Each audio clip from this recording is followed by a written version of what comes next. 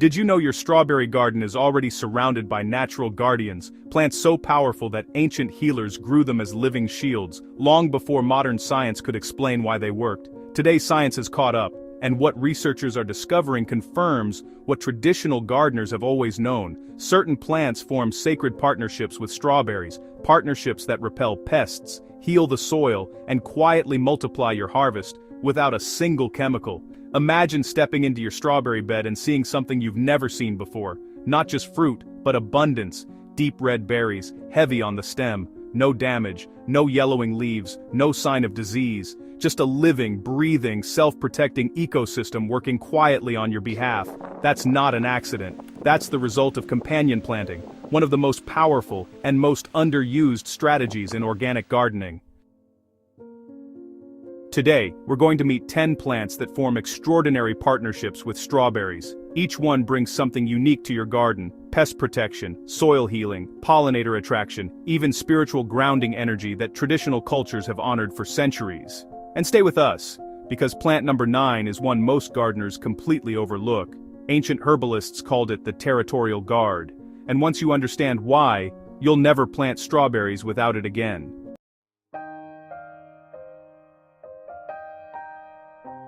Here's the big question: why do strawberries, of all plants, need companions so desperately? The answer is in their biology. Strawberries are what plant scientists call shallow-rooted, high-demand fruiting plants. Their roots stay close to the surface, which means they compete fiercely for moisture and nutrients, and they're exposed to nearly every ground-level pest and fungal spore in your garden. Left alone, a strawberry bed becomes what traditional gardeners called a magnet for chaos. Aphids cluster on tender, new growth.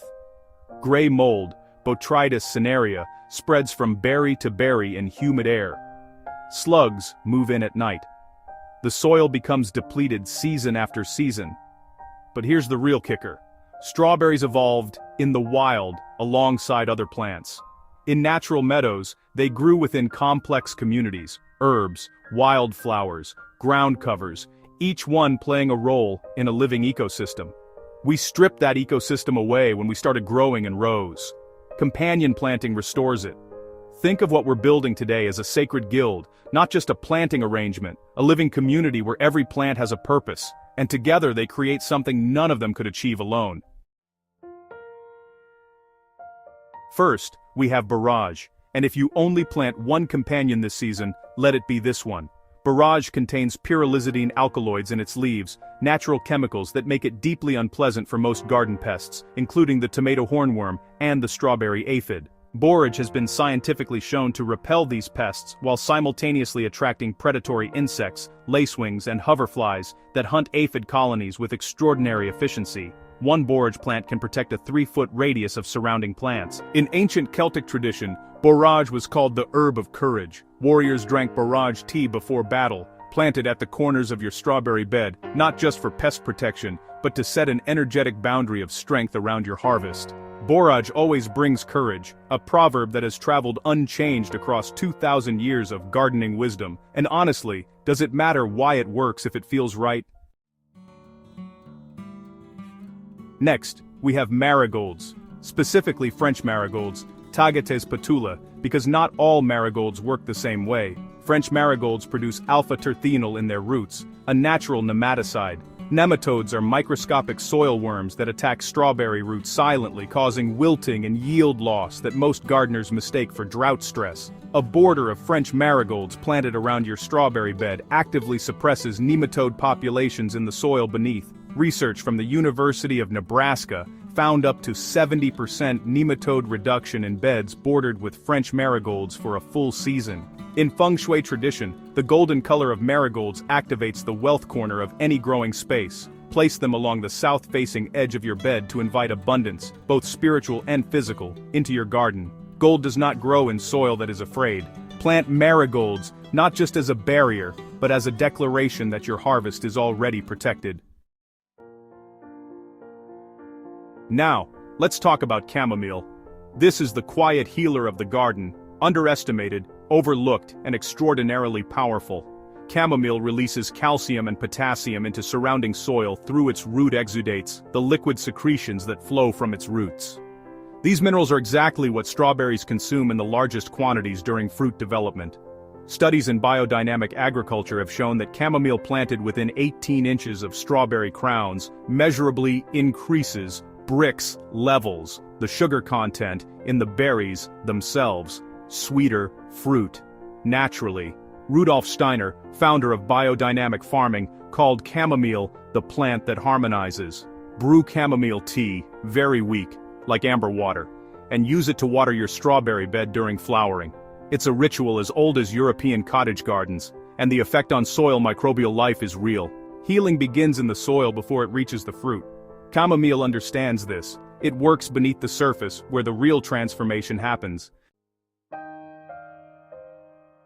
Plant 4 is thyme, a ground guardian in the truest sense of the word. Thyme produces thymol and carvacrol, powerful volatile oils with proven antifungal and antibacterial properties. Gray mold, the #1 strawberry killer in humid climates, cannot establish itself in soil where thyme is actively growing. Creeping thyme varieties spread close to the ground, creating a living mulch that suppresses weeds, retains moisture, and releases those protective oils at the soil surface, exactly where botrytis, fungal spores, land and germinate. In ancient Greek tradition, thyme was burned as an offering for courage and clarity. Grow it as a living border around your strawberry crowns. Let it run. It will find every gap where weeds might otherwise establish. A guardian does not announce itself, it simply holds the line. That is thyme, quiet, low, relentless in its protection. Plant 5 is garlic, and this one might surprise you because most people don't think of garlic as a companion plant. They should. Alyssum, the sulfur compound that gives garlic its sharp scent, is a broad-spectrum antifungal agent. When garlic roots release allicin into surrounding soil, it creates what plant scientists call an inhibitory zone, where fungal pathogens struggle to survive. Garlic planted between strawberry rows has been shown to reduce botrytis incidence by 40% in university trial gardens. It also repels aphids, spider mites, and Japanese beetles, 3 of the most destructive strawberry pests. Tuck garlic cloves between your strawberry crowns at the autumn equinox, a traditional planting time honored across European farming cultures for centuries. By spring, the garlic's protective energy will already be moving through your soil.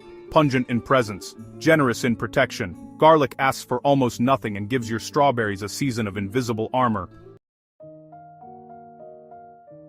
Plant 6 is chives, and like garlic, this is an allium, so it carries many of the same protective compounds. But chives bring something additional to your strawberry bed. They flower. Chive blossoms are rich in nectar and produce a gentle sulfur scent that aphids find deeply repellent, while simultaneously attracting parasitic wasps that lay their eggs inside aphid colonies, eliminating them from the inside out.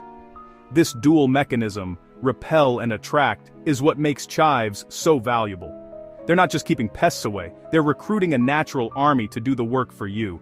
In folk herbalism, chives planted at the 4 compass points of a garden were believed to create a protective energy grid, a kind of living barrier that blocked harmful influences from entering. Plant chives at each corner of your strawberry bed and trust the tradition. What repels the pest feeds the protector. Chives understand balance.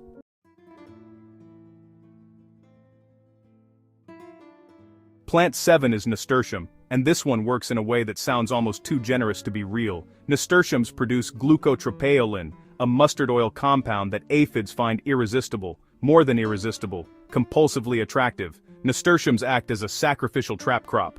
Aphids will flock to them and leave your strawberries almost entirely alone. Plant nasturtiums at the edges of your bed. They draw the pest colony to themselves, away from your fruit. It's a strategy ecological farmers call trap cropping, and it works with extraordinary reliability. In the language of flowers, nasturtiums symbolize patriotism and conquest, the warrior who steps forward to take the blow so others survive. Honor this plant. It gives itself so your harvest can thrive. The greatest protectors are not those who fight, they are those who willingly draw the danger to themselves. Nasturtium is the most selfless plant in your garden. Plant 8 is sweet alyssum. And while every plant so far has focused on protection and pest control, sweet alyssum addresses a different threat entirely: poor pollination. Sweet alyssum produces a honey-like scent caused by its high nectar production and a compound, called benzaldehyde, that is almost universally attractive to beneficial insects, particularly hoverflies and small native bees. Strawberries require pollinators. Without them, you get small misshapen fruit, or no fruit at all. A border of sweet alyssum increases pollinator visits to nearby strawberry blossoms by measurable margins. More visits mean more complete pollination. Bigger, rounder, more abundant berries.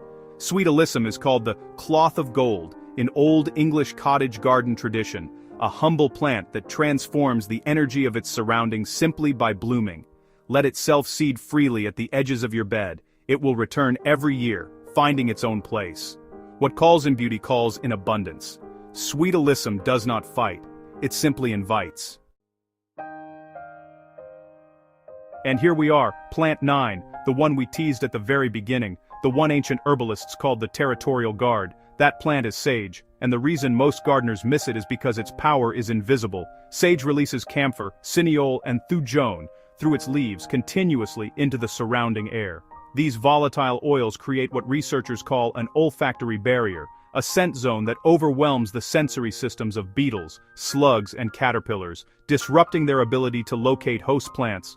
A single established sage plant protects roughly a 4-foot radius around it.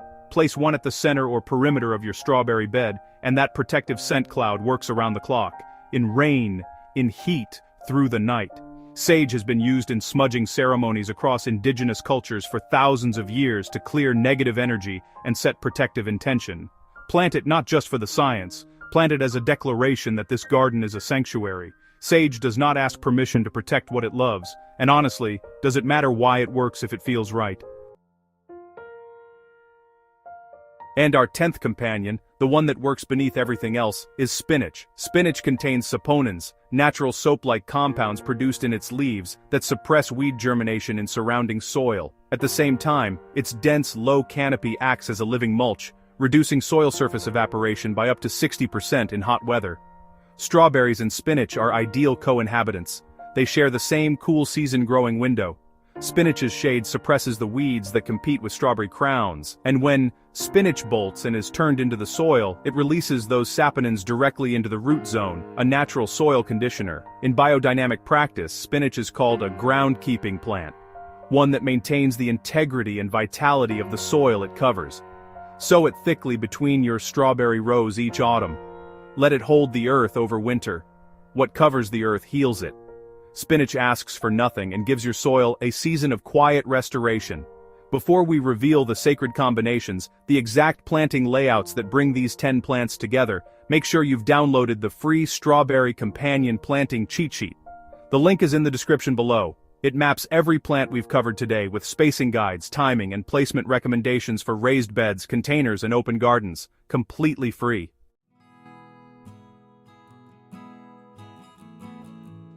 Now, let's talk about something more powerful than any single plant, the sacred combinations. These 10 plants, grown together, don't just add their benefits, they multiply them, and we've organized them into 3 guilds, each serving a specific purpose in your strawberry ecosystem.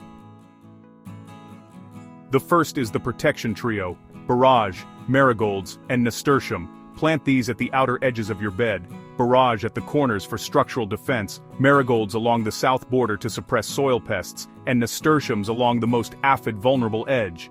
Together, they create a 3-layer shield that addresses aerial, soil level, and decoy pest control simultaneously.